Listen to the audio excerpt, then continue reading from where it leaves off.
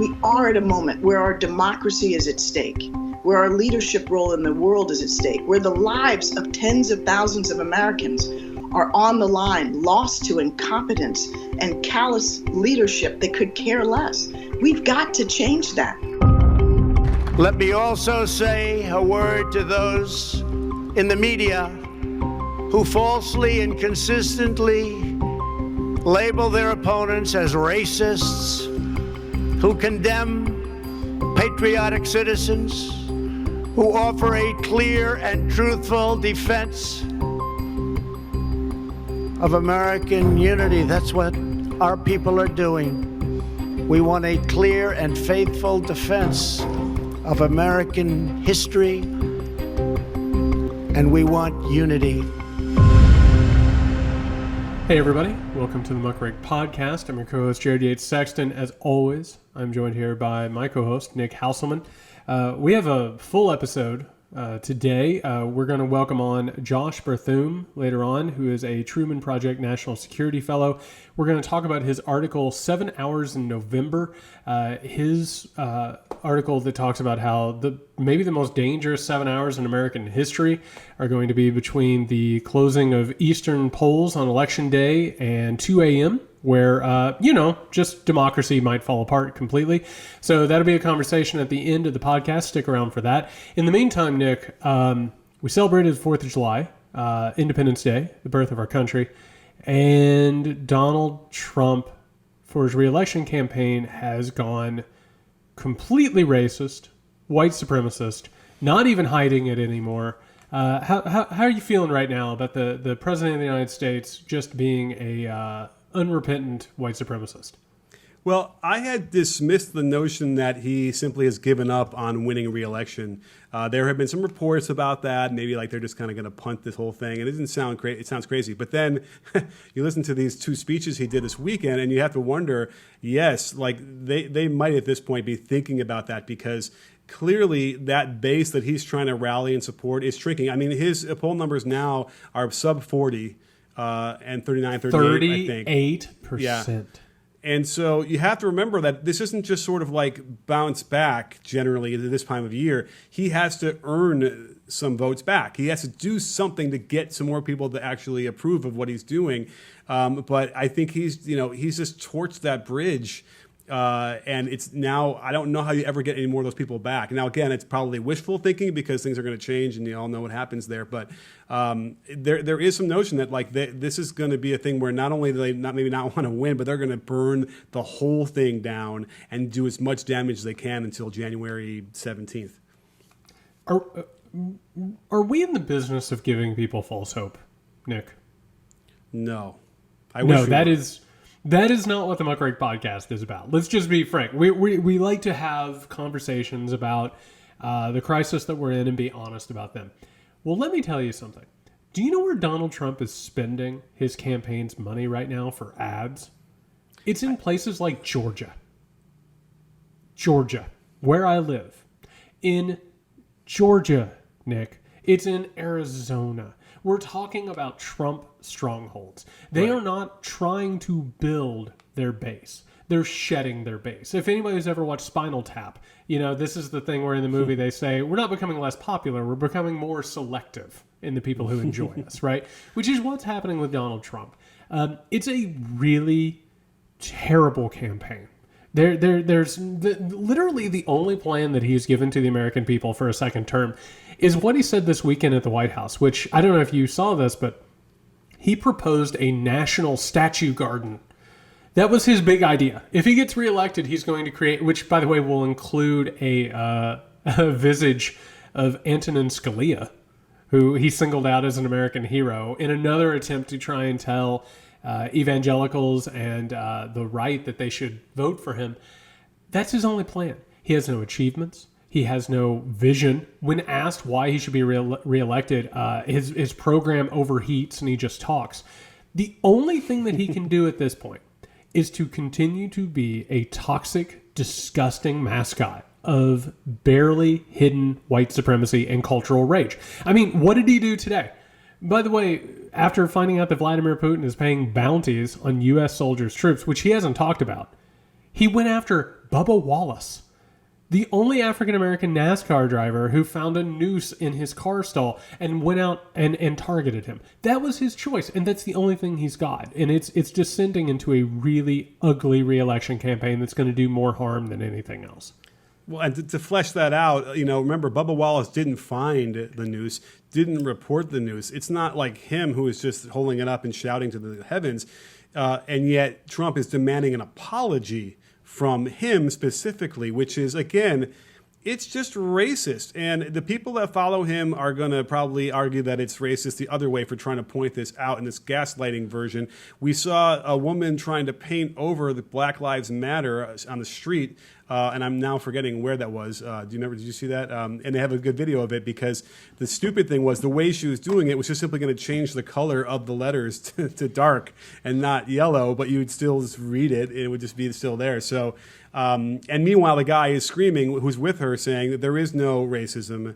Read about the Emancipation Proclamation, as if in their minds the simply signing that piece of paper ended racism in a magical way. Yes.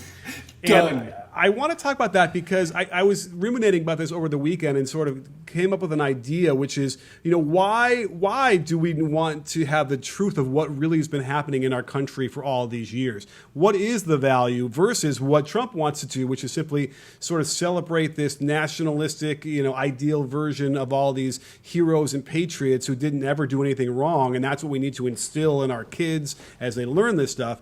And I think the reason is that, it's the ideals that we're trying to strive for, and that the more of the reality that we understand of what really happened is what motivates us to continue trying to achieve those ideals, versus if you want to, I guess you'd call it, rest on your laurels and sort of just kind of be lazy with the notion of, oh, these people were really good and we should just herald everybody and their actions, then we're doomed to never have any progression, and we're going to keep having the same issues, especially along lines of racism. Without that, we need that motivation and that sort of perspective in order to achieve what we're trying to get, which we'll probably never get, but we need to keep trying to get there. It's a pessimistic view of America. That's the amazing thing. I did this live stream this weekend where I was answering questions. And one of the questions I got asked was, why do I hate America? I don't hate America whatsoever. In fact, I love America so much that I want it to be its better self, right? I want America to be better for everyone. And in fact, the truth is, America has really been falling behind for a very long time. We have watched as this economy has just juiced us, as economic inequality has grown, and as white supremacy has broken the meritocracy and all of the systems we believed were real and honest. Donald Trump is a Rosetta Stone. He made it clear how broken everything was. And I don't know how it was for you, Nick, or for our listeners. This was one of the most undeniably strangest 4th of Julys that I've had in my entire life. It was a bizarre, cloistered, quarantined holiday. And I kept saying this on Twitter. The 4th of July is like American Christmas. It's like the birth of a religious nationalistic mythology where we gorge ourselves and we sort of like celebrate summer, but we also talk about how great America is and how perfect it is. There wasn't a whole lot to celebrate this year. We have a pandemic that has just ravaged this country. We have a government that is completely given up. We have a president who's not interested in being president and can't even be bothered to like drudge up some basic empathy or, basic human level feelings towards anybody. And, we're all suffering and we all kind of know that America's broken. And Donald Trump has only made that clearer. It's a weird thing because so many of us, particularly privileged white Americans, were living in an alternate reality where America was really, really great and it did a bunch of good things. And look what we have, everyone. We have iPhones, which, by the way, are made by poor people across the ocean and, involved in slave and arduous labor. It is making us reconsider who we are and how things need to be, which unfortunately is what needs to happen. And I know it's exhausting. It was really hard to spend the 4th of July. I read the original Declaration of Independence, which Congress rejected, which condemns slavery, right? Like, that's how I spent my 4th of July. That's not how I used to spend the 4th of July. You know, you read Frederick Douglass talking about independence and what it means for black people. Yeah, it's exhausting, but do you know who else it's exhausting for? People of color, who have to think about this stuff all the time. And white privilege has been a matter of pretending it doesn't exist, and that's breaking. And thank God it's breaking.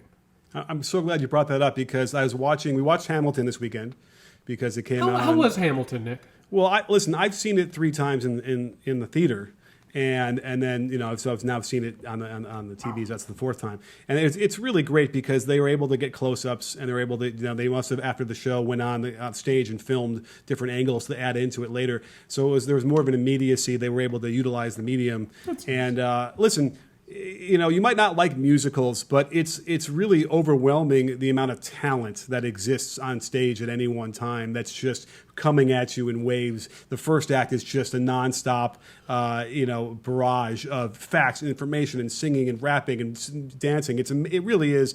It's overwhelming, but it's great. I watched a thing afterwards where they had a Q&A with the cast on YouTube, and Lin-Manuel said something that was really terrific, where he said, but because we are dealing with the origins of this country and how it's based on ideals that we fell short of the moment we wrote them down. So not what you read over the weekend, but the actual Constitution as it became framed. The second the ink dried, we were already letting down those ideals, primarily because of slavery. And he was discussing how that still affects the play, or the musical still affects us now. And it really was so poignant to realize that. But that's, again, that motivation that we should all have and understand in order to get better. Let me tell you something. I come from a small Indiana town that the biggest event of the year is the 4th of July. Like, it's this tiny, tiny town that has, like, the biggest 4th of July parade in the state of Indiana, right? And I have to say, like, the carnival, the cookouts, you know, all of the trimmings, the fireworks, you can imagine. It's small town, nostalgic 4th of July. I'll tell you what's a lot more fun than thinking about history and white privilege and going through American faults. That's eating hot dogs and hamburgers and watching fireworks. It's fantastic. It's a really enjoyable time, and there's a nostalgic part of me that enjoys that. But you know what else we have to do? You just brought up Alexander Hamilton. Alexander Hamilton was a really problematic historical figure. When he played a role in the founding of this country, he pushed the idea that we should go ahead and accept slavery so that we could have a financial advantage. He told everybody, he was like, we either accept slavery and as a result do not have a civil war right now and we have a financial advantage, or we have a civil war and then we figure it out later. It's one of the reasons why we had a civil war in the first place. And if you go back and listen, it's a lot more fun to eat hot dogs than it is to sit down and read Madison's notes on the Constitutional Convention and suddenly realize that the Constitution was kind of a coup. They didn't have authority to write the thing. And in their conversations, they talked about how dumb poor people were and how they shouldn't have votes and they shouldn't be allowed to direct the country and how African Americans should be enslaved. And they didn't even mention women, by the way. Let's not even talk about that. That isn't as fun as eating hot dogs, but guess what? Sometimes you can't just eat hot dogs. You have to sit down and actually think about your own privilege and think about the privilege of this country. And here's the good news on that. Is it exhausting? Yes. Is it demoralizing? Occasionally. But you know what it can lead to? A better life. It can lead to a fairer, more equal country. And that's unfortunately the labor that we have to do. We've been skating by on white privilege for so long that we haven't had to think about it. Guess what? We have a lot of makeup work to do.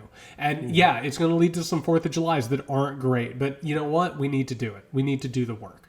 Well, you know, Hamilton was a Federalist, and he believed that we needed a strong, central government to influence the states and have control, because I think he probably understood then even how problematic it could be going into the future when you have rogue mayors or rogue governors who want to do their own thing. And that was clear even from, obviously, the South wanted to do their own thing from then. And so that's sort of what we're dealing with even today with mask wearing. Okay, because we can't even get a centralized federal mandate to wear masks. And so now we have all sort of piecemeal, all different places and people pushing back on whether they should wear masks and, whether it's scientifically proven to work or not. And, the narrator's voice, it is. But we still have guys like, and I really don't want to call him a guy. I want to call him an asshole. Dan Crenshaw, for instance, who has just littered with the most ridiculous misinformation from the beginning, but presented in a very rational, very calm, as if he's really on measured here, and it's caused so much confusion that we're having spikes all over the place, and we're having people who are destroying mask displays in Target as part of a QAnon, mission. Did you watch that video, by the way? Did you see both of the videos? I watched both the videos, and they are disturbing as disturbing gets. Right, but let's face that. Okay, if you didn't see it, if you're listening to this, a woman was in Target and just, in an insane way, just knocking down all the masks and just sort of saying, "I can't deal with this. This is not happening. We're not doing this anymore," or whatever. And then they go to arrest her later, and she's spouting out all the QAnon. I was actually working for the government. This is the top secret thing. You can't arrest me for this. I'm Jewish. You're now being anti-Semitic. It was crazy, and I think that's the problem. Is that she clearly just needs help. This isn't, I'm sure it's a QAnon thing too, but she's just someone who needs help. And I wonder if it was her husband in the background was kind of just sort of standing there, not getting involved and kind of smiling. I got almost the impression it's like, finally someone needs to intervene and take her away, because they're going to hopefully get her to where she needs to go, which is psychiatric help. Yeah, I don't know if you saw this, because, America's got a lot going on, so it's hard to keep track of what's going on in other countries. Last week in Canada, a QAnon believer rammed the gates at the residence of the Prime Minister of Canada. Just loaded up his truck with a bunch of weapons and then just busted through the gate and then was arrested. One of the things, and I talked about this last night, I did this live stream. One of the things that we don't like to talk about, it's kind of gross. It's kind of iffy. It makes us feel bad. We're not just dealing with a political crisis. We're not just dealing with a societal crisis. We're not just dealing with an existential crisis. We're dealing with a mental health crisis. We're dealing with a lot of Americans who are not well, right? And one of the things about MAGA and Trumpism is that it tells people, no. The problem's not with you. The problem is these people out here who are telling you that you have a problem, right? Which is one of the ways that leads to people getting lost in these alternate realities. And I write about this all the time. Fox News is an alternate reality, right? It's where you and your family, if you are white, are under attack at all times by liberal traitors. You're under attack by people of color who are, oh my God, if you give them even half a chance, Nick, they're violent. They'll kill you and your family. You need to get guns and gold and prep for, a race war. All that stuff comes together, and suddenly you're telling people, oh, you have to wear a mask in order to help other people. Well, the people that you are supposedly trying to help are trying to kill you, right? And we're talking about this weaponized alternate reality. And unfortunately, America has been embroiled in this, game theory world, which is, oh, if I give an inch, you're going to take a mile. So I'm going to take a mile, and you have to play in good faith, which unfortunately has been a pandemic that has riddled the Republican Party and the American right. Telling people now to wear a mask, it's not going to work, because Fox News has told them the pandemic's not real. Trump isn't going to wear a mask. So to wear, and that's the other part. If I wear a mask, it's not to protect me. You know what I mean? It's to protect you. And so it's you and me, and it's a reciprocity. I'll protect you if you protect me. Republicans aren't going to do that. They're not interested in sharing society and taking care of each other. And the idea of liberty, all you have to do is go back to everything from seatbelt laws to secondhand smoke laws to, smoking being banned in restaurants and public places. And you look at how all this stuff is played out, anti-vaccination movements, all of it. Anything that is supposedly about other people, they're not going to do because they see it as a war that never ends. Every one of these decisions is a war decision. Well, we've talked about this a lot in this podcast about how it's subtle at times. The Republicans' leadership has led us along a path to not believe we're part of a community. We've talked about it when after the huge surplus at the end of Clinton's administration, W wins by basically saying, "I'm going to pay you $200 for your vote because this is your money." Think about what we could have done with that surplus and how great programs we could have done and things we could have solved with all those billions of dollars. And instead, he just paid everybody $200 to get the vote. And that's then carried out an illegal war that completely ruined our economy and took away money from any project that could have been done. Sure. Right. And so when we see it all the time, from Reagan all the way through, we see even the argument against universal health care, which would have been the biggest example of us caring about each other and lifting each other up and actually helping everybody live a better life. All those ideals that the founding fathers had, it became socialism. It became you're going to get terrible care. But that's not really what they're saying. It's really what they're saying is you can't be helping anybody else. You don't want your money to be helping anybody else. How dare you even think about that? You got to hoard all that money yourself. And so that's what's so frustrating about this is that because I developed this thing, now we have a whole sort of mistrust about what the government's leaders are doing. And here's what's interesting. They've been pretty wrong, right? We had Trump saying, 60,000 deaths, 70,000. And first it was 100, then it was 60, 50. That was going to wash over. It's just going to pass in the middle of the night, Nick. Yeah. We'll wake up one day and it'll just be gone. And a lot of the other Republicans fell in line with the same stuff, and they're still saying it. Navarro and all these guys. So they now understand, even the people that follow them understand that they were wrong about that and that their credibility is now damaged. So now we're living in an era where they're not going to believe anything. There's no way, like you had just said, there's no way to sort of influence them to really do the right thing now because they're just awash in all these things that are clearly was wrong. And so I feel like that's sort of the torque that's going on in their brains too, where they don't know what to do at this point because nobody's been right, even though we've had plenty of the scientists be right, but they didn't listen to them in the beginning. It's confusing, but that's where we are, and it's crazy. I am so glad that you brought up healthcare because it's the lens through which we need to view not just the Republican Party, but the pandemic. So in the 1990s, Bill Clinton comes into office, and we've talked about this multiple times. Bill Clinton comes in with the understanding that he's going to peddle Republican policies. That's what he's going to do in the wake of Reagan, is he's going to present Reaganism with a human face. So he comes in to do this moderate, just common sense healthcare reform. And immediately what the Republicans, by the way, the Republicans were incredibly charmed by Hillary Clinton, which is not a history that we like to talk about. They really liked Hillary Clinton for a hot minute. And then all of a sudden, William Kristol, who again, I have no idea why that dude follows me on Twitter, but whatever. Hey. So William Kristol puts out a memo that says, hey, yeah, healthcare is broken, but if we actually pass healthcare reform, the Democrats will own it and they'll be able to win re-election. And we can't allow them a win. So basically, the entire Republican Party, knowing full and well that healthcare in America is broken, they go out in public constantly and say, there's no healthcare crisis.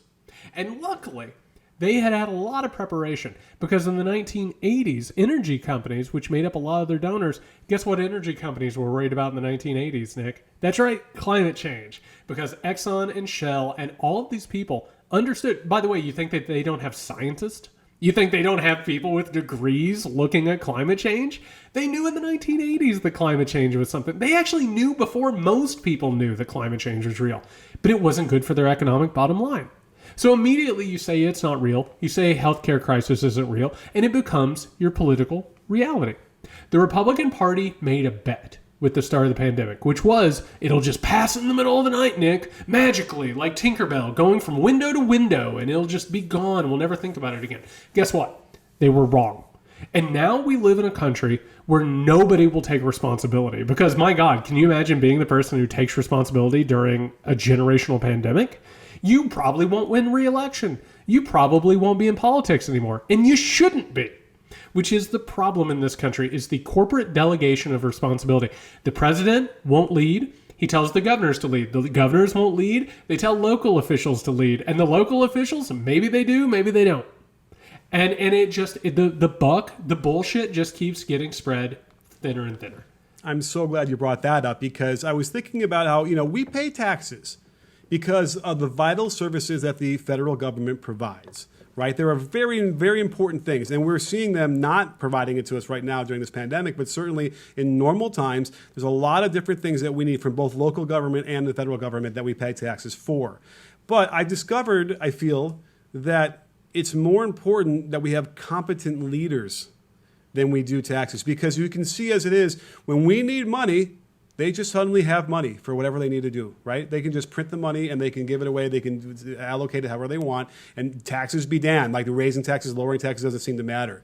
So, isn't that weird? Yeah. So isn't that weird how their principles just, Yeah. So it doesn't matter The taxes and the number, the actual number of how much they're charging us for taxes doesn't matter at all. It's really the competency of our leadership is what gets us through these issues and these pandemics and these wars and all the different things we have to go through.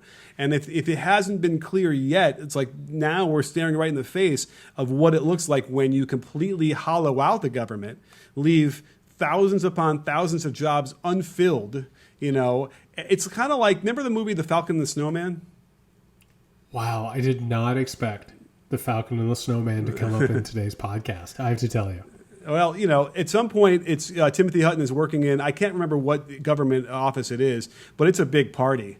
They're just screwing around the whole time. It's so easy for him to steal secrets, and then, you know, his buddy Sean Penn sells them and whatever, gets in trouble. But I can remember. And then, in fact, there's a great scene where they have to hide the bottles of liquor that they were drinking in the shredded document bin, and the guy doesn't catch them. But, like, that's probably what's going on right now. I mean, certainly we've heard of these instances as it is. And then we have other people who simply aren't qualified for their jobs who can't effectively do them. I don't want to blame them for it. They're just probably trying to do their best. But this is what happens, and it's going to get worse. There's no question. Let's mind you, we're going to have reports, I'm sure, of different agencies failing us to no end. And because they're not doing oversight right now, we're not going to find out for a little while. Isn't it weird that we're in the middle of a war against a pandemic, but we're not receiving resources for that? And meanwhile, the military-industrial complex and law enforcement continue to just gobble up budgets? I mean, that's the way this whole thing has worked. I mean, people don't like to talk about it, but the Republican Party is obsessed with power and actual redistribution of wealth. They take our money and then they give them to military contractors and law enforcement organizations. That's the way this whole thing has ever been. And listen, right, and rich people. And rich people. And people don't like to talk about this, and they give me flack whenever I talk about it. The Republican Party doesn't actually have principles. They're not fiscally conservative. They're not socially conservative. They're not actually pro-life. They're not pro-troops either. My God. I mean, put some bounties on their head and don't pay them, you know, their payments when they come due or take care of their health problems. Or invite them over for dinner. Or anything. It's not a real thing. It's a malleable politics is what's happening. And what is actually occurring right now, and by the way, real fast, I just want to point out, do you remember when the governor of Michigan locked down the state? Right? Whitmer, a female Democratic governor. My God, they were carrying AR-15s into the legislature. Isn't it weird how that's not happening in Texas right now? How all of a sudden this far right, governorship locks down the state and requires masks, but they're not carrying guns, Nick. Isn't that odd? It's almost like it's a performative ideology that has no basis in an actual reality. And what ends up happening is you then have a completely broken system. And you brought up federalism, and by the way, I have my problems with the Federalists. Like, they're one of the most disgusting groups of people that ever. They hated human beings. They hated Americans. But that's a topic for another time. You have a system now that the federal government takes no responsibility for anything. I mean, Donald Trump takes no responsibility for this pandemic. It doesn't help anybody. Then you have a cadre of governors. So, like, for instance, I live in Georgia. I have to tell you, Nick, I'm so excited as a college professor next month, because there's been no guidance from my state, that we're going to, in my small town, which is a rural hotspot, in my county where cases went up between June and July, 560%. That's right, 560%, Nick. In my town, numbers are doubling like every other day. I'm really excited because we're bringing students back, 20,000 students. Guess what? They come from Georgia. They also come from Florida, where I haven't checked the news today, Nick. How's Florida doing with coronavirus right now? Not good. Not good. And guess what? Because my governor, who stole the election from Stacey Abrams, Brian Kemp, because he wants to physically just join Donald Trump like a weird horror movie. He just wants to just absorb into Donald Trump and possibly be Trump 2.0, because he doesn't want to piss off his constituents. There's no rule about masks across the state. So I'm going to be in a room lecturing to students in an enclosed space. And by the way, what's the CDC say about enclosed spaces with coronavirus, Nick? You better have social distancing and masks. Isn't it weird that I can't require masks? Because the governor of the state doesn't want to piss off his constituency. Because he was one of the Trump cronies who came out and said, I don't know, nothing's really going on here. Go out and get your tattoos and your waxings. That's what's gone on. We have had this bullshit passed from the top all the way down the bottom. We're not being protected. These people have no interest whatsoever in governing. They have no interest in making tough decisions, because what happens when you make a tough decision? You might not get reelected.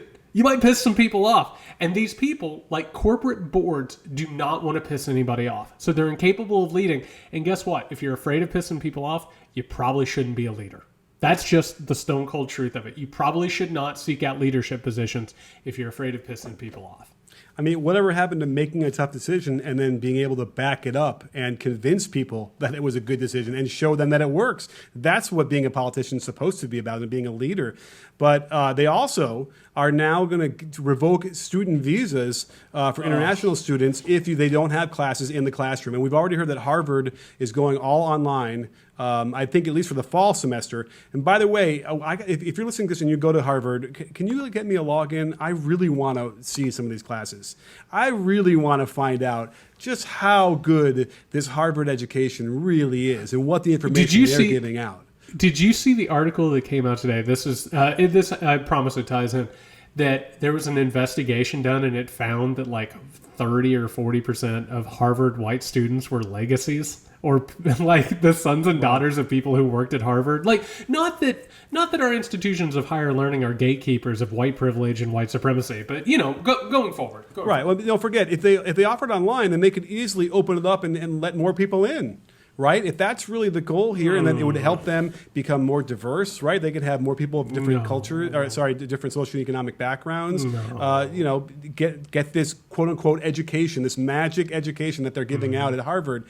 I really would love to see, how different is that from, I don't know, like University of Chicago or Berkeley or any of those other schools that are also really good and probably have the same curriculum. I'm kind of curious to see. But there doesn't seem to be any reason for the government to be mandating that they're going to kick all these student visas out, other than to put some sort of pressure on schools to actually bring the kids back into the classroom. Right, that seems to be the only motivation they have, because if there's a lot of ramifications for losing all those students from other from international places, mainly money, right? Like that's a lot of money they're not going to get in revenue, the schools, when the students can't go.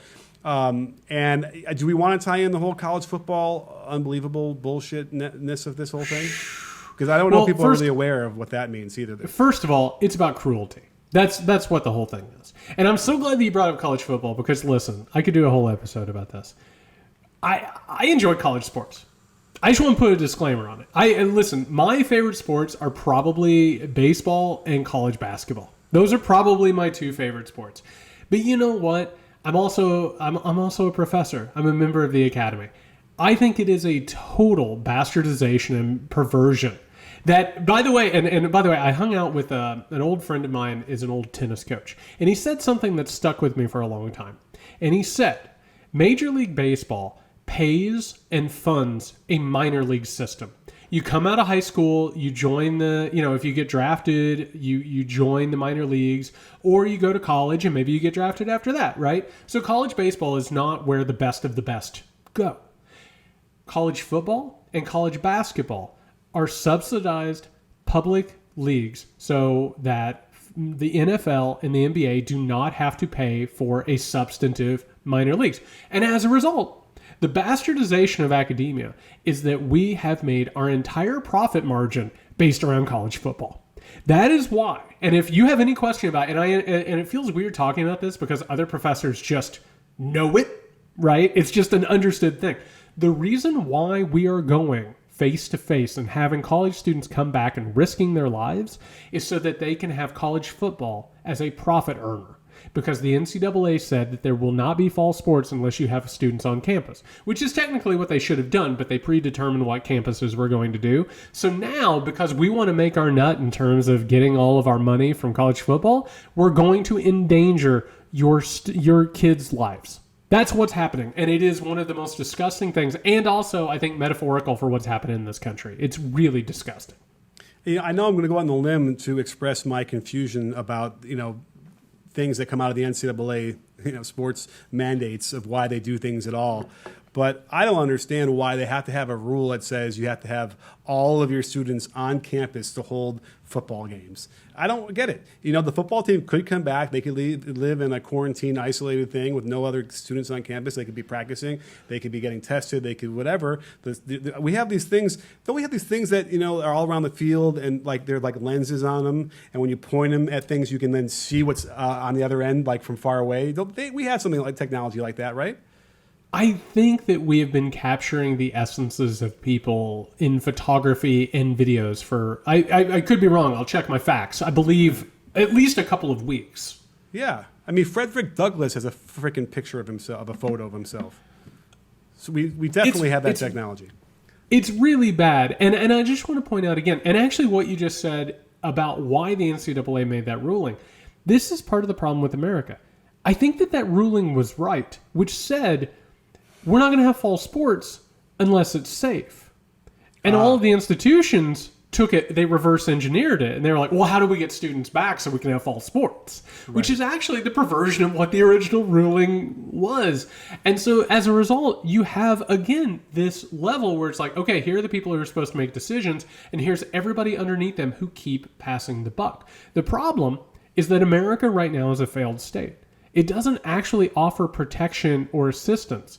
It just exists because there are people who are in power and seeking profit who continue to seek power and profit.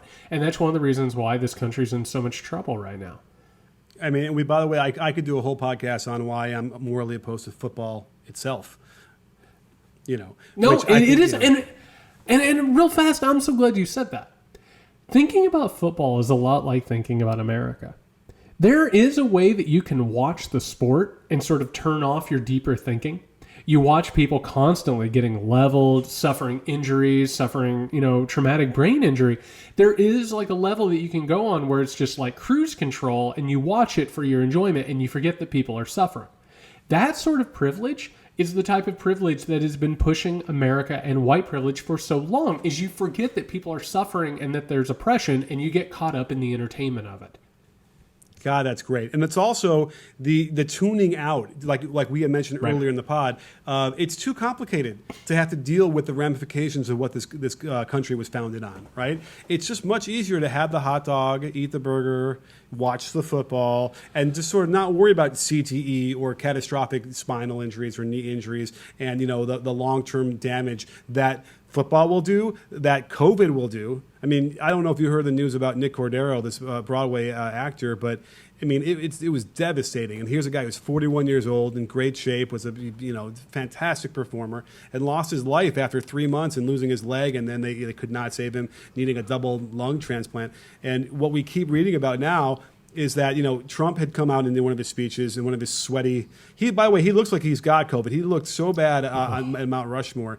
And even the way he described this looting and the rioting, it sounds like he's describing like if the purge had lasted 20 straight days and was going on right in the middle of this speech. That's what he made it sound like. We had a few nights of rioting. We had a few nights of unrest. Some statues got pulled down. But we still have these peaceful protests. But that wasn't the point. The point was... what was the point? Oh, they want to people are eating their hot dogs. They want to have their hamburger and not be aware of what's really going on, because it's just too hard to have to handle all these different thoughts and these complex ideas. It's just easier to put it on cruise control and to just enjoy seeing people get the shit kicked out of each other on a field in front of 80,000 people. Yeah, I want to. I appreciate this podcast. I appreciate the conversations we have. I appreciate our audience. I like to share things every now and then that I normally wouldn't share. I'm going through a really hard time right now with my family and where I come from. I love my family very much. I've talked about them on this podcast. I've talked about them in my research. Not only did they go full bore with Trump, but a lot of them are being radicalized.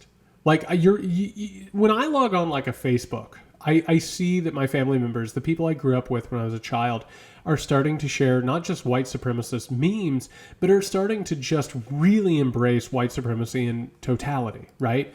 Meanwhile, that makes me start to question when I was a kid, and I've talked about this a lot. I grew up in a white identity evangelical church. The racism was everywhere, Nick. And like, it would be a whole lot easier to look at my childhood through like sepia toned lenses and think about how much fun like a 4th of July or a Christmas was. But the truth is, white supremacy was everywhere. Fascism was everywhere. This stuff has existed in America for generations. It just so happens that Trump and Trumpism threw the door open and brought it out in the public for everybody to see it's ugly. It's exhausting. I miss being home. I miss the festival. I miss the 4th of July. I miss being with my family and not having tough conversations. I'm from the Midwest. My family doesn't like big, tough conversations, right? Like, we'll sit there and talk about misery and our losses and stuff, but we'll change the subject. You have to have a conversation every now and then. You have to think about who's being hurt and where the oppression is and where the pain is. And it's exhausting and it's tiring and it's stressful, but that's part of being an adult. That's part of being an active member of society, is not turning it off and embracing fascism because it promises complacency. I watched a documentary this weekend called Unfit, and it's produced by, George Conway is in it, Scaramucci is in it, who else? A bunch of psychiatrists and psychologists were in it, sort of weighing in on Trump and his psychoses, and how he is following the playbook of all the fascists that we've seen. They spent some time on Mussolini, and it's interesting that because they kind of accepted him as the leader of Italy at the time because they figured, you know what, we'll let him have his power. Well, I'm sure we'll be able to influence him, and he'll just kind of calm down after that. And in fact, that's how it worked with Hitler as well. Yes. And so it's how all these fascist dictators take over. And that explains to some degree why we have the Republicans doing the same exact thing. We had Trump say that the Black Lives Matter is a symbol of hate. Again, if you don't, he's telling us in plain daylight that he is a white supremacist. He is, and we did it the last episode about this, but it's like he will continue telling us and continue dog whistling. And like even in the beginning, we mentioned the mental illness that exists in our country. I suppose the argument could very well be that with the proper leadership, not only would we get better care for those kind of people that really need it, but with the things that he's saying, it probably does have some notion of encouraging really terrible behavior, violent behavior, out in public, and letting them sort of, embrace this agita and this insanity that's existing in their head. Whereas with better leadership, it's possible they'd be in the shadows more, and we wouldn't have to overtly see it like we are now. There are different gradients to this. One of the things I always try and explain to people to bring it home, I like them to think about the TV show Intervention. People who are addicted to, drugs or alcohol or whatever. What always ends up happening is you learn within an episode of Intervention that people get addicted or they have these problems because of something that they haven't taken care of internally, right? It's some sort of trauma or some sort of loss, and eventually it metastasizes into a behavior. And what you always end up finding on an episode like an Intervention is when all the loved ones come together, there's one of two things that happens. Either the person's like, yeah, I need to get help, and they go and get help, or they react violently. They try and run away, they try and escape. What we have in America is a bunch of people who don't want to learn about white privilege. They don't want to learn about their identities being based on this mythology, a really hateful, prejudiced mythology, by the way. And Donald Trump tells them they don't have to. Right? He's the person that as they're being led out to the vehicle, he stops and goes, you're perfect. You don't have to do anything. It's all of them. They're all in on a conspiracy and they're meaning to harm you. And that's what MAGA is all about. It is an intentional, weaponized denial of reality.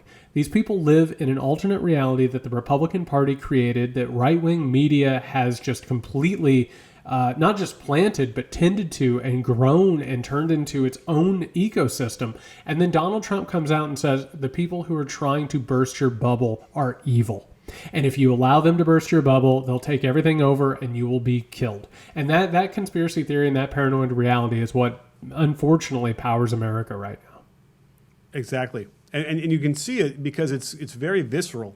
You've been to a lot of the rallies, and we're still seeing it even now. And we see him do this where, it's safe to say that a vast majority of his constituency, or the people that really support him, who certainly go to these rallies, let me ask you this: is it safe to say that maybe non-college educated white people is the big majority of the group there? There's a disparate sort of a group there. We've talked about this a little bit before. There are the Republicans who would vote for any Republican who is up, right? And they're the ones who would be at your county fair handing out, elephant pins. But the other thing about it, and again, this is very personal for me, right? Watching the people that I love and my family being radicalized. Their radicalization goes hand in hand, part and parcel with disappointments in their life, with frustrations in their life. As their economic system goes badly, as their families go badly, they're in a lot of dysfunctional situations. They're losing their careers left and right. And let me tell you something. This is something people don't like talking about either. Trump supporters have a reason to be pissed off about the direction of this country. They have been betrayed by a lot of different people. It doesn't mean that they're not racist, that they're not prejudiced, that they don't have white supremacy. They have a reason to be angry about the state of the country, and they have rough lives as well. But it just so happens that they're being radicalized by this movement. So you're right. A large part of them are people who've not been educated and who cannot work their way through the bullshit that Trump peddles. And it's worth saying that a lot of the hate is focused on Democrats and Democratic policies, which did help accelerate some of their predicaments. That said, accelerate's a key word, because if you were working in a factory in the the late 80s in Michigan, whatever, you're going to be out of a job no matter what. Like, that job was going to go away, and it was just a question of when. Right, with no matter what was happening with either with NAFTA or not NAFTA, with Clinton coming in, for instance, those jobs were so much cheaper in other places, and those companies were going to keep doing it. Now, by the way, if you notice, they also have mandated. They thought this was going to have a good effect on bringing American jobs back by mandating that Mexico has to pay a $15 minimum wage. And Japan ends up saying, you know what, we're not going to pay all that money to upend and move everything back into America. We'll just pay the $15 and keep them in Mexico. So they couldn't even get that right, and the damage has already been done. And again, it goes back to the competency, that they couldn't have seen that, and they couldn't have figured out that the numbers don't work. The Japanese probably took 10 minutes to say it doesn't work. We can't afford to move everything, and we'll never make up that money. And yet here we are with it's the incredible incompetency of our government, of the leadership. And that was probably the biggest fear we all had. I certainly in the first 6-8 months, as we realized that they weren't going to staff a lot of these different positions across the government, when the turnover rate was so high, and they were getting people who were in college running some of these things. I think that was the fear, and it's completely coming to fruition now. And we can only hope that enough people will realize this and want to go back to, at the very least, some sort of competency run by a guy like Joe Biden. Well, I'll tell you this: my family, they're factory workers, they're coal miners. These are the people who lost that industry. Those jobs suck, Nick. Those jobs use your body up. They maim you. You know what I mean? I know people my age who they look like they're in their 60s and 70s because they gave their bodies to this industrial labor. The idea, and we talked about this on a previous podcast, the idea with the Clinton administration, particularly with NAFTA, was it was going to raise everybody up into the middle class, right? They weren't going to have to do this menial labor anymore. Somebody else would do it, which is racist in and of itself. It's xenophobic and racist, and actually it's really a scary thing that you can move to a country and be paid slavish, cost for your labor. That's a problem that we don't need to get into right now, but we should at some point. But the money that was supposed to educate people, the money that was supposed to train people, guess what? The Republican Party didn't want to spend it on those people. And so they gave it to rich people, or they used tax breaks, or they used it for the military or whatever. And so people didn't get brought up into the middle class, and they were just left holding the bag, right? And so as a result, they were pissed at both parties, which is why Donald Trump won an election by saying the Democrats and the Republicans both suck. The Democrats and Republicans let down those people. Both parties did. They just did. And that's not a popular thing, but I'm sitting here telling you because that's my family. That's what happened, okay? Right. But you're exactly right. This idea has led to a situation where we have a system of not just inequality, but of inhuman cruelty. Not only do those people not have the jobs that they thought that they were going to have, they don't have the health care necessary. They don't have the education. They don't have the infrastructure. If you go to my hometown where that 4th of July parade is supposed to be held, or the fireworks are supposed to be held, it looks like a decaying tooth. These are places that are suffering. And so you look at all this stuff and you actually look through the lens, they should be pissed off. But what happens? We talk about this all the time. Someone comes along, gives them a conspiracy theory. You weren't let down by NAFTA. You were let down by traitorous liberals and the deep state and George Soros and all these people. And as a result, you get them pissed off and they come after who they think has betrayed them. All right. So thank you for hanging out with us. Hang around for another minute. We're going to have Josh Berthume, a really good in-depth conversation about the 7 hours that he calls the most dangerous hours in American history. The 7 hours between the close of polls in the East on election night and 2 a.m., which he has laid out in his essay, 7 Hours in November, as an opportunity for totalitarian actions taken by Trump and people like him. So hang out for a second. This is a really good interview. Hang out and give it a listen. Hey, everybody. Thanks for hanging in there. I'm incredibly happy to be joined right now by Josh Berthume. He is the founder of Swash Labs, Rogue Metrics, and a Truman Project National Security Fellow. The reason that I wanted very desperately to get Josh on the program, he wrote an essay that I think, I think it should be handed out with packages of Tide around America right now. It's called 7 Hours in November, and it was published by Jason Stanford on this Substack. And to give everyone a brief introduction, the setting for this essay, Josh has been following everything from misinformation to threats and has really been analyzing what's going on in America. And I think the portrait that Josh put together was not just apt, but very telling, which is the idea of what it's going to feel like on the day of the presidential election and the dangers that we might be facing. So, Josh, if you could start off for our listeners who haven't read the essay, and I really want them to go read this because I think it's important. Can you give people a quick idea of the danger that you see looming in November? Sure. So there are a lot of ways that Election Day could break. And the thing that stuck out at me as a real mounting danger started to kind of sink in after the Iowa caucuses went the way that they did, which is there was no clear winner. And the way that media reporting on Election Day goes, it's the culmination of the horse race. And as the precincts come in and they report, then it's like this number and that number. And by the time everybody's ready to go to bed, there's a clear winner that they can declare. That didn't happen in Iowa, and Republicans, who had no real horse in that race at all, took that opportunity, that information vacuum, to put out a ton of disinformation, which was then, and this is just noise and chaos. This wasn't even necessarily anything specific targeted one single narrative that they wanted to get out in front of everything. It was just flooding the zone. And that became misinformation when people people were hungry for something to talk about, were hungry for results, and they would grab onto things that weren't true, that had been intentionally and maliciously put out into the world, and then amplify those as well. And that's a real blueprint for just how things happen on the internet now. And if something gets enough weight, no matter how insane it is, and then it gets retweeted or amplified by one of these chuds that has a huge audience, and it starts swinging the algorithm, and then all of a sudden it becomes a fact before anyone actually knows whether it's a fact or not. So that put me in a mindset of unease about Election Day. Now, because of vote by mail, because of the pandemic, because of how long we're already seeing it's taking for results from primaries to come back in, there's just no way that there's going to be a fully declarable winner on election night. Even if it is a huge blowout, one way or the other, it just seems very unlikely to me that it's going to be severe enough one way or the other in order for them to say, yep, we know for sure this is it, and then we're done. And that creates two possibilities. One, and this isn't something that's only occurred to me. People that write about disinformation in politics are out here talking about it.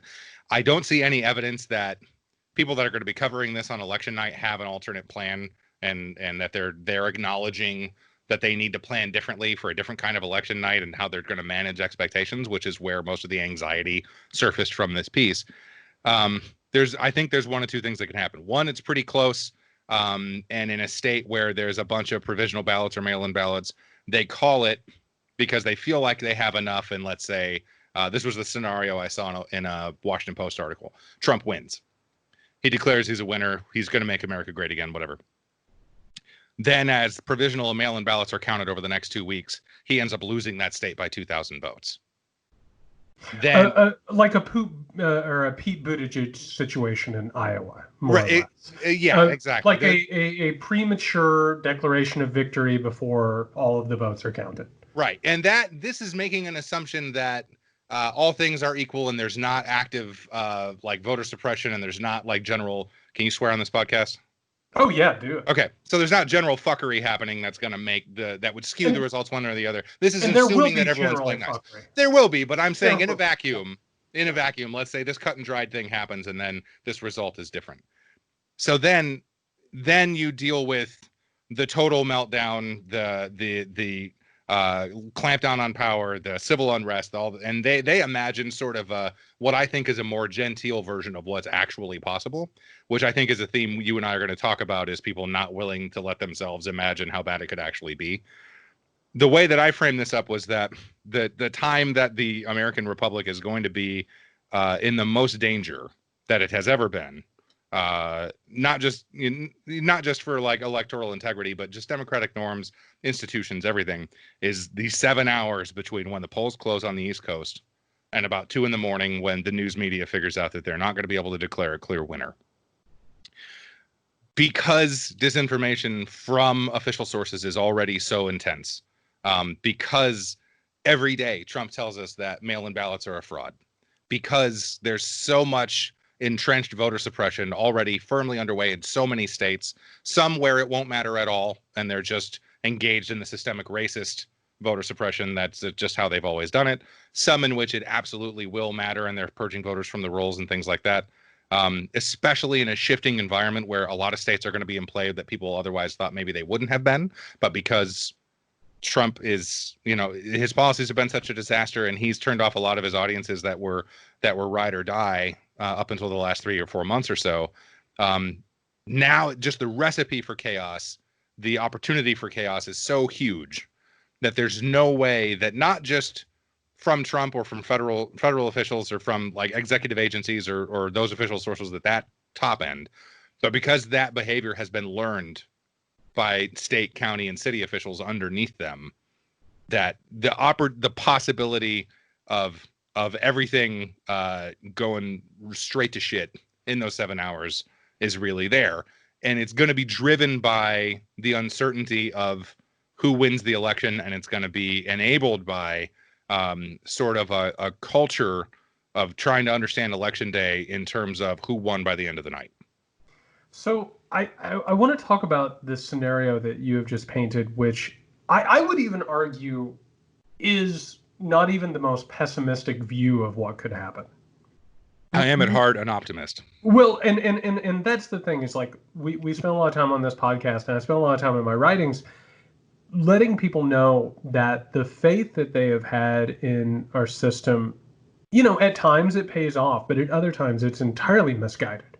And unfortunately, what we're talking about right now, like underneath, like the floorboards and the foundation about what we're talking about right now, is that elections don't actually work unless there is good faith. And unless there is, because everything that we're talking about, and I try and make this point as much as possible on podcast, these are all imaginary constructions. And we've just had politicians left and right who, it's like after, 2004, when Bush beat Kerry.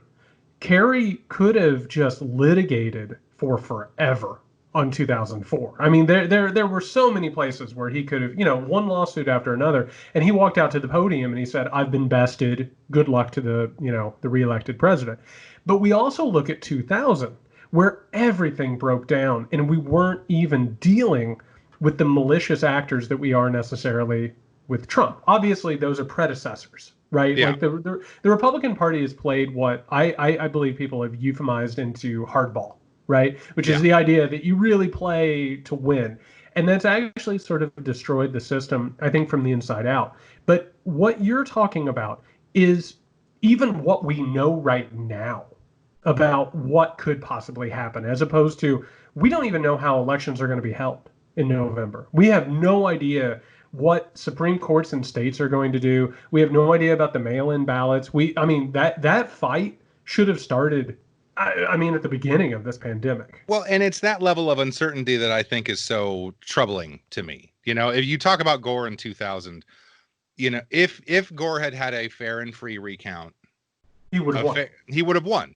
And he didn't, because the cultural momentum in the Democratic Party, and I think it actually started there. And that to me is the first real moment in history when Democrats said, well, we got to play by the rules. And Republicans said, we're going to flip every switch that's available to us and turn every lever that's available to us. And we're going to win because we're here to win. You know, it was like Survivor, like we're not here to make friends, right? So Bush and his party used every possible thing that was available to them to win. And I hate to say, like, to their credit, because it like actually degrades what America is supposed to be about. And maybe destroyed the American empire as it is. And maybe destroyed the American empire as it is. But there's a lot of things that are true about America that go against the idea of what America is supposed to be, right? So, but no matter what, they won. And then in 2004, like, that made it, I think, impossible for Kerry, because he didn't have as clear-cut of a case, although there were plenty of arguments he could have made. And then that trust in institutions is what caused Obama to make a lot of decisions that he made when he knew what he knew, and towards the end of his term. And I think that's absolutely what caused Stacey Abrams, who had a perfect argument to be able to. Her election was stolen. Her election was absolutely stolen, but she would have fought that fight. But she did not have the institutional support to go and say, we are going to burn the earth and prove a point because this election was stolen. So instead, I'm not going to concede, but I'm going to give up this fight. That is not how this is supposed to work. But it is the game that we play. And it's not even necessarily an unfair game, because the GOP has been telling us what the rules are for the last 20 years. And the rules are, you do whatever you need to do in order to win. Now, part of that, they haven't hidden it. Now, part of that, in fighting every fight you can to every bit of strength that you have left, with the systems and institutions that are supposed to protect us, if you don't dig way in and use those institutions, then they're not going to protect you. That's where institutionalism fails. The thing I don't agree with is, and you see this sometimes on the left, when they're like, well, we should do all the bad guy shit that the Republicans do on the internet and with disinformation and all that sort of stuff, which I absolutely do not believe in, because, you know, either the truth matters or it doesn't. And there are ways that we could fight these fights there are ways we could fight these fights in good faith, as you said, but we choose not to. And we have not chosen to learn how to do it. I don't know if it's that we don't have the will to do it, but that weakness on our side, that unwillingness, to believe that the other side will do whatever they can to stay in power, which has bitten us on the ass more than once just in the last 6 months. And that unwillingness to fight the fight as far as you need to take it is what has gotten us where we are. Well, and I think a large part about it, and you know, we can talk about the history of how this has happened is just huge. Like, the Republican Party has dictated the language and the battlefield constantly. That has been one of their main strengths. Is they have been very aware, and this goes back for decades. They've been very aware of the power of presenting one thing and doing another thing. Right. And how those things, like everything from the Southern strategy into colorblind politics. And so the left in America has always started with a disadvantage because they have been portrayed as being anti-American and being destructive towards America. That's always been the narrative. And if you turn on Fox News right now, that's what the story is, right?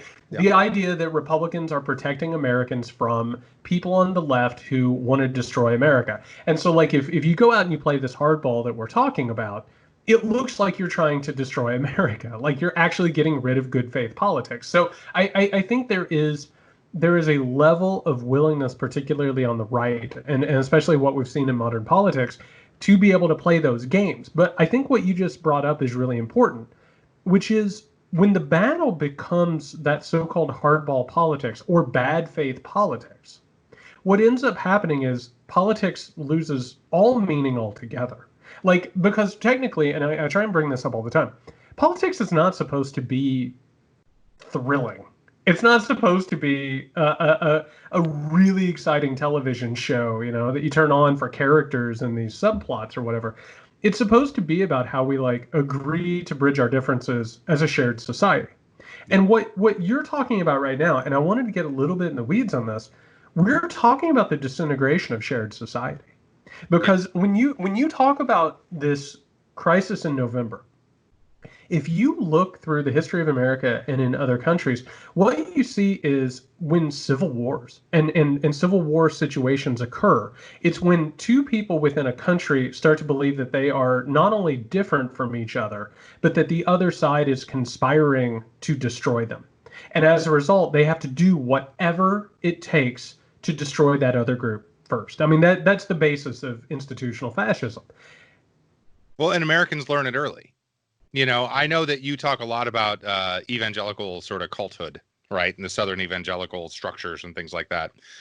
I was born in Michigan. My grandfather was an Assembly of God preacher. My parents sold cars. We moved to Texas when I was about 5. By the time I was in 2nd grade in Texas, small town Texas, I was regularly being asked by children, what church do you go to? And the only sin greater than not going to their church was not going to church at all. The othering began. Now, that growing up in an environment like that it would never cause me a disadvantage. I was never a victim because I am straight, white, cis, male. I have all that stuff. But there was absolutely a cultural othering that was a learned behavior. People talk about like no one is born a racist. I think that's true, but they absolutely learn it super early. So the deconstruction of that shared reality becomes one in where the border is placed around a family or around a social group or around a social structure. And everybody thinks that they are living in an agreed upon shared reality, but they are not. One of my favorite political science professors on the last day of like the Politics 101 class when everyone was an undergrad, I asked him, hey, if there were like 2 or 3 things you'd want someone to come out of here knowing about American politics, what do you wish everyone in America knew about politics? And he said, okay, number 1, federalism is a bitch and someday it'll kill us all. And he said this in like the year 2000. And the second one was there's about a third of the people in this country are very angry and they're very alone and they can't see each other. And technology someday is going to make it possible for them all to see each other. And then we're in real trouble. And it's because they learned that othering. It's because that they learned that their reality is not the same as someone else's reality. And that's the breakdown where you can't depend on norms or assume that everyone else is operating in good faith if no one else is, right? If you're the only one who's like, well, these are the rules, and no one else in the room is paying attention to the rules, then your rules are not the rules. Yeah, and I think what you just brought up in terms, this is one of those things, and we like to talk about this stuff and sort of bring people into it who maybe haven't heard about this stuff before. But there's a difference between objective reality and subjective reality. Objective reality is a reality that is reality, right? There's no arguing. It is absolute fact. Subjective reality is, of course, how you perceive it, and it's different for everyone. Make America Great Again, I think, was actually one of the more important slogans we've ever had, which is the idea that America was great at some point, right? But the idea of the consensus, capital T, capital C, never actually existed. It was just a period of time where the people who were being oppressed, people of color, women, vulnerable populations, they were oppressed either through social, stressors. They were oppressed through media. There were things that kept them from being able to talk about their reality. And so the quote unquote majority had their objective reality. And now I think, especially with the advent of social media and of course the age of computers, we're starting to see that those realities are all different, which actually stresses not just the idea of objective reality, but it almost completely demolishes shared society, which is what we're talking about. I mean, that was actually one of the most chilling things. And I thought, I have a quote here written from your essay, 7 Hours in November, that I've been thinking about a lot since I read it. And it says, I don't have any options for you, or good news, or plans, or PowerPoint slides about how to protect yourself from what's coming. And I think this is one of the problems that we've had is I don't think that we're necessarily talking about something that is far-fetched or alarmist. We're actually talking about something that is pretty obviously happening, but people have been in denial about. But especially in the past few months with everything from the protests to I mean, Trump tried to become an authoritarian. Like he literally tried to do that and tried to call for blood in the streets. I think people are starting to realize that this shared society is starting to be endangered. And I think what really resonated with me with your essay, 7 Hours in November, is it was a portrait of the moment where it's undeniable anymore, right? There's no sort of, putting your head in the sand and pretending like our institutions will save us, or a Robert Mueller will save us, or like somebody will come in and impeach Trump, or there will be the gotcha Lester Holt interview. But the fact that this is a train that has been coming for a very, very long time, and we can't hide behind empty hope. Like there's such a thing as hope, and we can fight for things. And knowing about this, I think, means we can fight for things. Yeah. But we can't hide behind empty hope and delusions.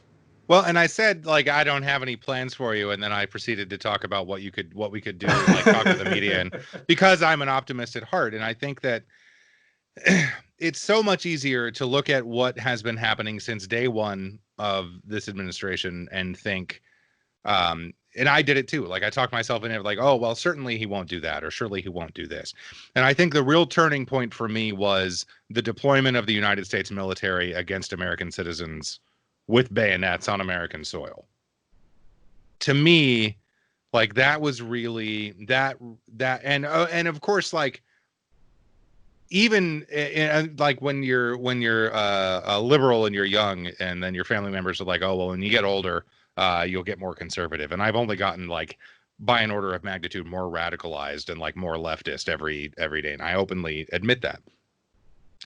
But there is a semiotic tension to the reality of what happens just on a day-to-day basis with the Trump administration that, some people could say, well, this is all the chaos, like it's all distraction, and it's supposed to be this, and they tell these stories about the Trump presidency that tries to make it fit into some sort of mold that has existed before. But in modern times, it really hasn't. And there's a part in the essay where I talk about, like, I really want you to believe your lying eyes, right? Like now we're to the point now where our biggest failure has been our unwillingness to believe that Trump is who he tells us he is. And if you don't believe it now, that if the deployment of the United States military against American citizens on American soil doesn't do it for you, then what about kids in cages? And if that doesn't do it for you, then here's a ton of other incidences of things that are just that crazy that have happened. And, we're talking about two tracks of things here, right? Like you're talking about shared reality and shared society, where people talk about things and Republicans rhetorically, whether you're talking about from Fox News or from how they talk about policy, have been weaponizing the comfortable shared society against all of their political opponents for a very long time. And I think and I'm going to come back to the Trump stuff, but I think an incredible example of that, of the semiotic power of that, of the sort of the crazy phenomenology of people taking things in, has been the first time that we did it almost on accident on the left, and it was defund the police. Because, if Democrats, when they talk about gun control forever, it's always started at, well, I know you're not going to give me this, so let me start with maybe just a background check, or maybe an assault weapons ban is too much, so they come in negotiating against themselves. And Republicans start at, we're going to,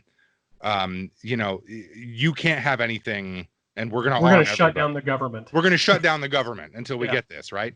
And I have been saying for the last couple of years, if we started at, we're going to abolish the Second Amendment, then you set the terms of where you're thinking psychologically about the argument that you're having. And you said, like, Republicans set the terms and they set the playing ground, like they're very good at that. So all of a sudden, I say all of a sudden this is a movement, in favor of social justice and against systemic racism that people have been fighting in this country for hundreds of years. But in the perception of American broad culture, all of a sudden this sort of uprising happened after George Floyd was killed. And the policy idea that emerged from it was defund the police.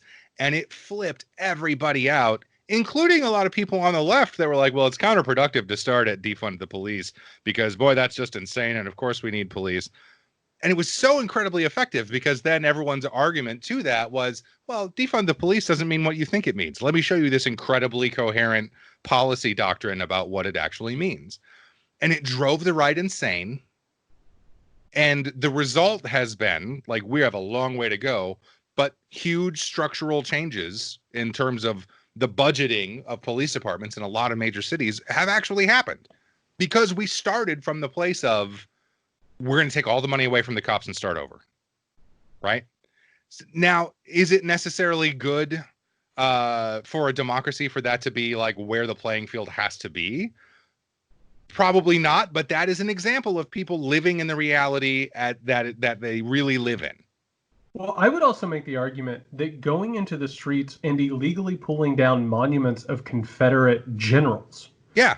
It's a moment. I mean, it's kind of, and again, this isn't something the Democratic Party would do. I think it's incredibly symbolic and an apt metaphor that Democrats knelt, with sort of like cultural iconography to show that they supported it. And the people in the streets pulled down Confederate monuments. And at which point it makes the opposition, they have to come out and say, I support Stonewall Jackson. Right. I support the Confederacy, which actually is a rhetorical genius move. Well, right. And they were struggling with that because then they were like, well, what, you think we should take down Mount Rushmore now too? And a lot of us were like, yeah. Yeah. Yeah. Give that land back to the Lakota.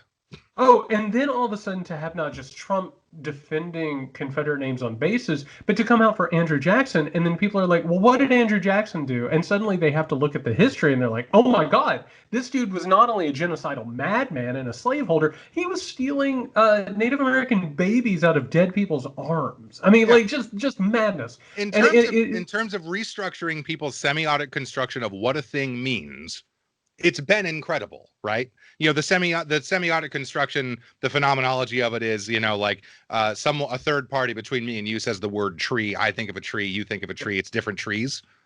Like that's when you talk about objective reality and subjective reality, we're both thinking of trees, but they're different trees because of our personal experiences. Now, like what has happened in the last 6 weeks, 3 months has been a shared lived experience in America, which is going to have an effect on how we perceive things like American history and how we think about things like, is a budget a moral document? Let me show you a budget that's a moral document that takes all the money away from the police department and then puts some money in police and some money in social services and some money in supporting, black and low income neighborhoods and all this sort of like a real radical restructuring of what it means to govern. The idea of what it means to govern in America has forever been set as a parameter by the right, that taxation is theft and whatever you get, you should be happy for. Yeah, and I just want to point out real fast because, and again, I'm so happy that you came on here so we could get in the weeds on this thing. All right. What you just described, I think, is the fundamental American conflict, which is the existential idea that different people can feel different things and live in the same sort of universe together, right? Versus the idea that it has to be a top-down oppressive reality, which is actually, so we're taping this around the 4th of July holiday. I actually think the fundamental conflict of America is between the Declaration of Independence and the Constitution. The Declaration of Independence talks about everyone being equal and this idea that all lives have worth and we have to have a pluralist society. And the Constitution, which of course was actually framed illegally by a bunch of slaveholding wealthy white men in order to maintain and hold power.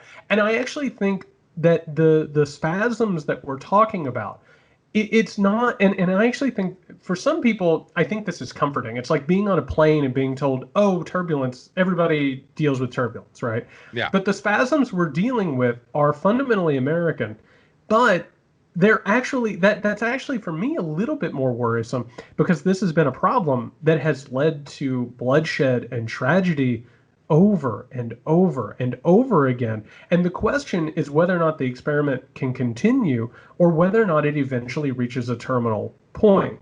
And again, what I believe from this essay that I found really interesting, and for everyone who hasn't read it, 7 Hours in November by Josh Berthume, it's this idea that we're just a few months away from a tipping point, like an actual tipping point. And it's not just political. That's the problem, is I think everybody thinks about political in terms of, oh, I'll scratch your back, you scratch mine, I'll do you a favor, you do me a favor, and that's what politics is. Or it's this theater that's built up around it.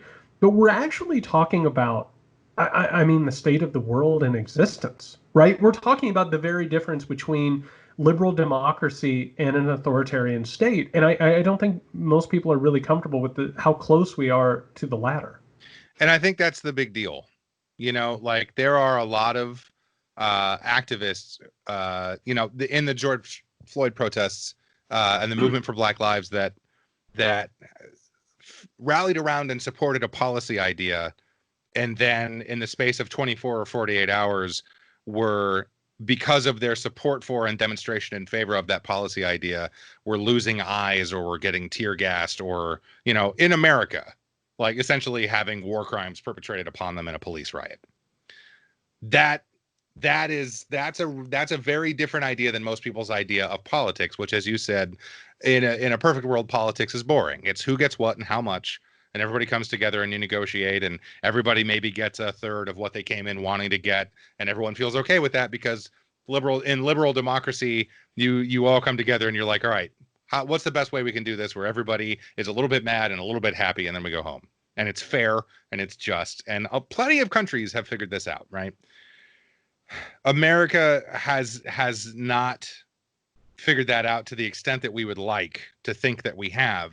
And that tension between America being this paragon, this super example of what democracy should mean in the modern world, and what actually happens in this country, is now, you talk about it like spasms. I think it's just really being laid bare. I saw a headline, and I have no idea who wrote it, so it's not mine, but I saw it, that the pandemic has made America's decline more obvious. Like how we go about our politics, how our social systems work, what our social safety net looks like if it does, the scourge that is healthcare, and how much it affects, like the weight that it has on the dragging down people's ability to like do the shit that's in the Declaration of Independence and in the Constitution, right? Like there's so many factors that weigh on the lives of Americans now that make it impossible for us to live the way that the idea of America was supposed to work. And people don't see that. Part of that certainly is privilege. Because, you know, hey, this stuff hasn't affected me directly, so it's not going to bother me, and I'm a voter and I do these sorts of things. But the pandemic has been a very sort of flattening force in that it affects everyone, whether you want it to or not. It's a force of nature. So people are now seeing the inequities in healthcare systems, and they're seeing, you know, if they lose their job and there's no way for them to get unemployment as long as they need it, or like how many people are going to be evicted this month. Right? That no matter what their political ideology is, no matter how engaged or not they've been with the political process, this big thing has shown up and said, it's not how you think it is. It's not how you want it to be. It's like this. So the way that Americans think about democracy, the way that Americans think about government is changing fundamentally. And then you've got this totally insane, the worst possible person being president at the worst possible time, at the top of all of this chaos and upheaval and disruption in terms of how people just think about reality or politics or whatever it is. And you've got the end result of years and years of disinformation campaigns and like Fox News doing what it has done to give brainworms to as many people it has given them brainworms to. You put yourself in a position here where in that moment on election day, when things are uncertain, the opportunity, and this I think is really what it boils down to, the opportunity to really set everything on fire is going to present itself to an administration and a set of enablers that thus far, every time a similar opportunity has presented itself, every time they have taken it. Every time I say this out loud more than once a week, how do they always make the worst possible decision with malice? Every time. And that, you know, it's a big thing to talk about. It's a big thing to think about. I think some of the frustration that I have had in even on a micro level, talking to campaigns about like how to protect yourself against disinformation, or how to change how you think about political communications in order to operate in the reality that we live in right now, that the problem has always been like, no matter how bad you think it can get, it's worse. They always come like to the bad faith, worst possible action that you can imagine. So if you think about an election day when there is going to be this much uncertainty from forces that no one can control, there's no policy thing that we could do that's realistically achievable between now and election day that ensures that a free and fair election is wrapped up on election night. For a number of reasons, the pandemic being chief among them.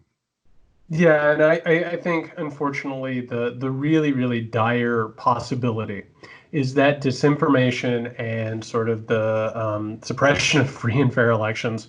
I mean, that's the new dystopia, right? It's a world that appears from the outside to still be a liberal democracy and is decayed on the inside as a managed democracy. Putinist Russia is what we're talking about. Yeah. Or even what China tries to trot out in front of the world, right? So this weird dystopia where they control the people within it and use the technology as a means of doing that. Well, let me ask you, and as a last question before we finish up, and we're very grateful for your time. So past November, let's talk about 2021. Where you are today, where your head is, how you're feeling about this. How do you think this thing shakes out? Like, what are your optimistic and pessimistic views of where this thing ends? Because I keep telling people, and I don't know if you're aware of this, and people I tell, they just kind of roll their eyes and then they want to change the subject. I get that a lot. In 2012, when Obama, just walloped Mitt Romney to win re-election, it wasn't even in question. As soon as the media announced that Obama had beaten Mitt Romney, Donald Trump, who does not care for Mitt Romney, never has, was never actually invested in his candidacy, took to Twitter and told Americans that America had been stolen and that they should march on Washington and it was time for a revolution. Yeah. And that's how he felt about a guy that he didn't care about, right? Yeah. Because there's only one person he cares about, himself. So I always tell people that they need to strap in and be ready for anything in November, and just be ready to fight like hell for their lives and their rights. So where are you right now, optimistically and pessimistically, going forward, 2021 and moving forward? So I think I'll start pessimistically and then I'll move to optimistically, because you that's want to the way to do it, man. However, that's the way to do it. Even that has like a warning wrapped up in it. But pessimistically, that's how he felt about a guy he didn't care about when he had nothing on the line. When he wouldn't be immediately exposed to criminal prosecution the second he was no longer president of the United States, right? So I think it is just as you describe it, but probably worse. There is a version of this where he just is tired and is defeated and is like, you know what, never mind. He hates this job. He absolutely hates this job. And I don't disagree with that idea for a minute. So there is a possibility that I think is also plausible where he loses and is whipped, and then he's like, okay, fine, and just is too tired and doesn't deal with it. That's, I think, much less likely than a fight going to the mat where he either legally in very strong terms or physically has to be removed. Like someone's going to have to prove it to him in a way where he thinks he can't win the battle in the court of the public opinion. And he'll always think that he can do that. And these stories in the last couple of weeks where it's like, oh, he might drop out because his poll numbers are so bad. Like, there's almost no way that he drops out. Even though he hates the job, even though he doesn't want to do it anymore, I cannot imagine a scenario in which that is what happens. It's hard to get these people out. It's hard to get these people out. And a lot of people are like, oh, I sure hope that he drops out. And I think that they're discounting the horror show that a Mike Pence presidency would be. Yeah, it's Trumpism with a human face. It's Trumpism with a human face. The only thing that has saved us thus far is his incompetence. Yes. And this is, and you, I got to live in two worlds on this, because people say, oh, he's so dumb and he can't manage anything, but he's also managed to convince like 40% of the country to live in an entirely alternate, disparate reality, to the point where, you know, QAnon people are winning congressional primaries by running to the right of dudes that are extremely right. So that's not a balm, and that's not anything that makes me feel good. But I think you're right. Like, no matter what happens, no matter how it breaks, it's gonna be a fight. And I think it's just really a question of how deep into, how far past the institutions that fight gets. As far as optimism, I think that if Joe Biden wins, I think he does one term, and he has to spend nearly all of it rebuilding the federal government just back to something that we functionally recognize as a government that can actually work. I think, you know, my wife is a much more astute political observer than I am, and she feels like he is the perfect guy for that job, because he is ultimately the supreme technocrat. Like, he knows how it all works. He will hire experts and he will listen to them.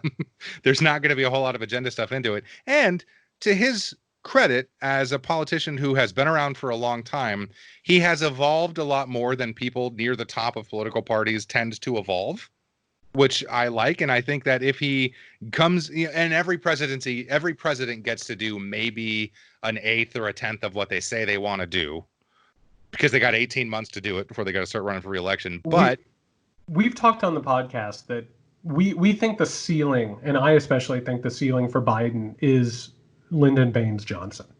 The idea that it could be a person who comes in and has evolved to a certain point where maybe they adapt a thing and bring people over the finish line for it.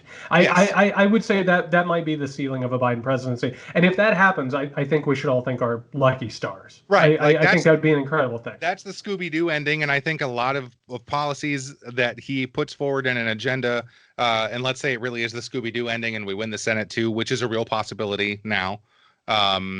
In a vacuum, again, where other things happen, like that is literally a plausible thing that could happen. You know, we could end up with policy initiatives that are more progressive than maybe we have seen from another president in a long time. Some of that's going to be by necessity, because like the pandemic, like I live in Denton, Texas, which is just barely a little bit north of Dallas, where they had 1,000 cases just in that county today. And that's 25 more than New York City had, or the whole state of New York had today. So this is not going anywhere anytime soon. It is bad. It is really bad in Texas. And it is because of this shared reality thing where they've politicized the basic tenets of public health to the point where if you wear a mask, then you're not a real man and you're not going to take my freedoms. And, you know, 250,000 people are going to die by the end of this thing, right? Or not even by the end of it. It's real bad. So that's going to fundamentally shape whatever's going on. It's still going to be happening so hard by the time we get to January 20th.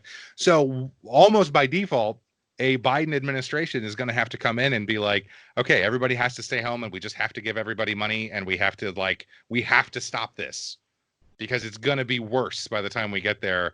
There's nothing that I see either anecdotally out in real life or and I'm not an epidemiologist, so I don't know a lot about this, but I know everybody should wear a mask. And on the very rare occasions when I leave my house to go out and do stuff in Texas, people very proudly and almost to the point of violent conflict are not wearing masks. So what I know about the American public is that we are in deep shit, and we are going to end up with a thing where a very big chunk of the first priorities of that administration is going to be cleaning up with and trying to get out from under the pandemic. Yeah, now, and that's a tall order, man. It is a tall order, but we absolutely, as a country, can do that. We have the money to do it. We can do it. The amount of money they sank into the stock market and banks, and then like really fought tooth and nail over $500 billion for small businesses, which is more than half of the jobs in this country. Like we can absolutely do it, and we will get to a point where that's absolutely a thing that has to happen. So that I think is the most optimistic move. Is he gets in, maybe he gets the Senate, he has to rebuild the institutions within the executive branch. We end up with a real actual functioning government again. by the time we get to 2024. I don't know what happens in 2022, but I will tell you this. I got to the point where I wrote this essay when I figured out that what America would need worse than anything if Trump loses is a truth commission. And for people that aren't into studying international relations and comparative politics and like conflicts and stuff, after a civil war or a genocide, a lot of times what happens in a developing nation when they get help from more developed nations to come in and fix it at the end is they will have a Truth and Reconciliation Commission, where a lot of times it's not even that people are going to go to jail. They just tell the real story of what happened in a country. And after the military was deployed on American soil against American citizens, I was like, there's so many things that you go back. First of all, like, we gotta like and now like fucking Tucker Carlson, and let me just say to an audience that's bigger than one that I've had before, fuck Tucker Carlson, because he is, you want to talk about real danger to America, like That's this guy. He is real dangerous. That's the guy. And he's out here telling like Republicans are going to be hunted. The fucking Dilbert guy is out here telling them Republicans are going to be hunted. I want racists to feel afraid. I want to destroy white supremacy. And when people have been crime-in for several years, I want them to be worried that they're going to go to jail in a new administration. For doing a lot of crimes, I think you should be afraid of going to jail. However, a bigger problem, like, we're going to need to tell the story about what really happened. There's a lot of things that we have to get into. I know Biden has already said, no, I'm not going to pardon Trump. And we get out, somebody asked him about it and it was an offhand thing. He absolutely should not do that, because that is the mentality of, we got to do what's good for America. And we got to do what is good for America is laying bare, not just bearing witness and suffering through all of this shit, but pointing out what happened. Now, if we don't deal with the problem of disinformation, whether from the Democratic Party or from the government standpoint or whatever it is, like all the way up and down, if we don't deal with that, then yes, Trump is bad, but you are going to have to deal with Tom Cotton running for president in 2024. You're going to have to deal with Dan Crenshaw running for president in 2028. And people that I really wish no one would take seriously are actually very capable of throwing all the switches and using all the levers available to them.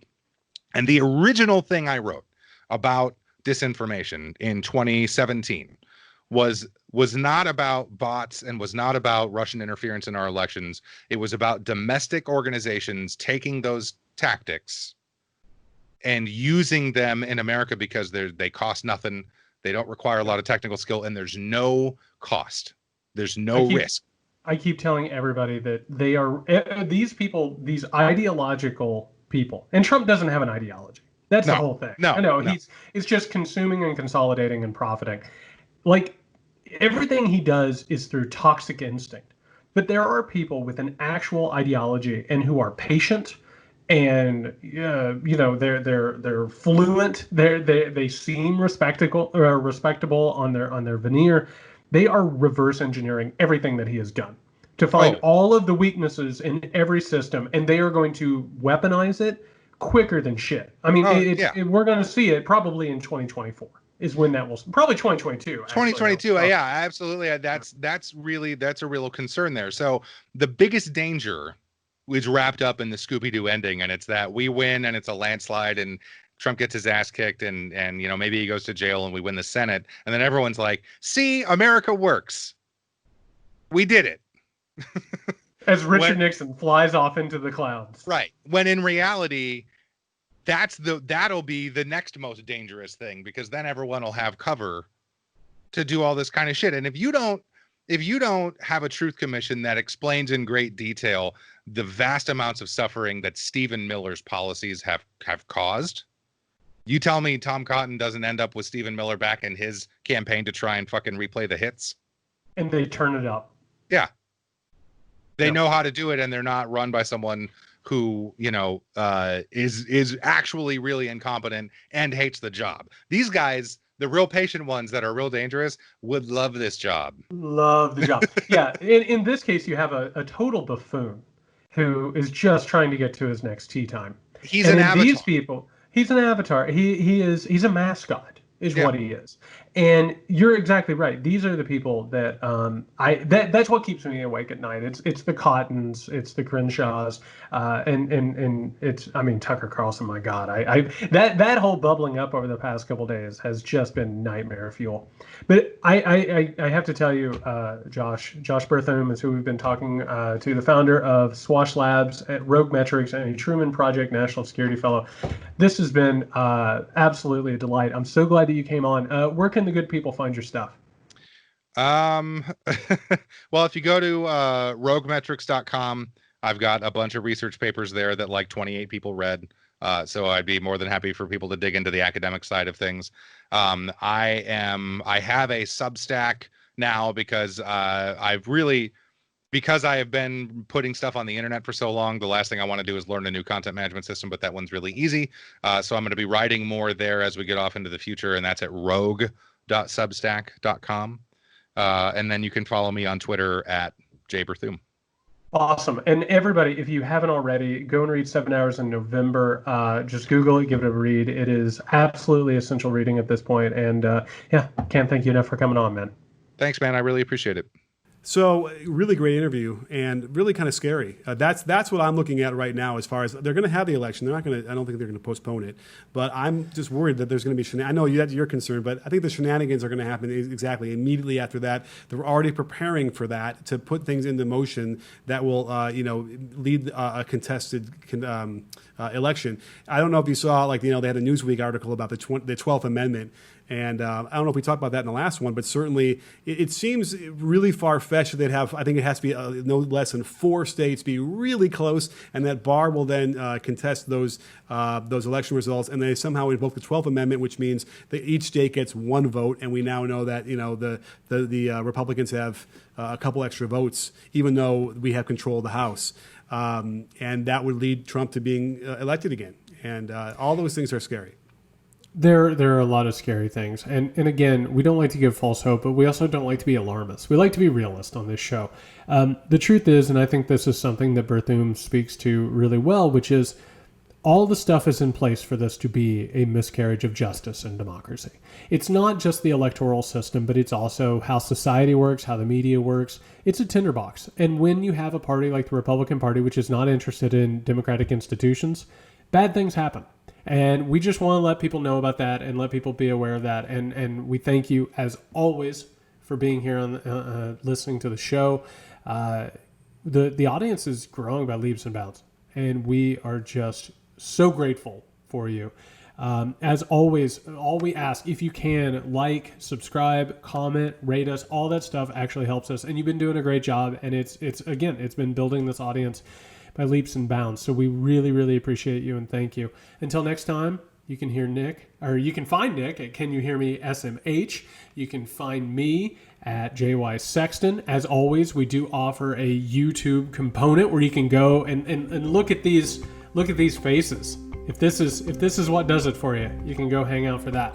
Until next time, everyone, stay safe.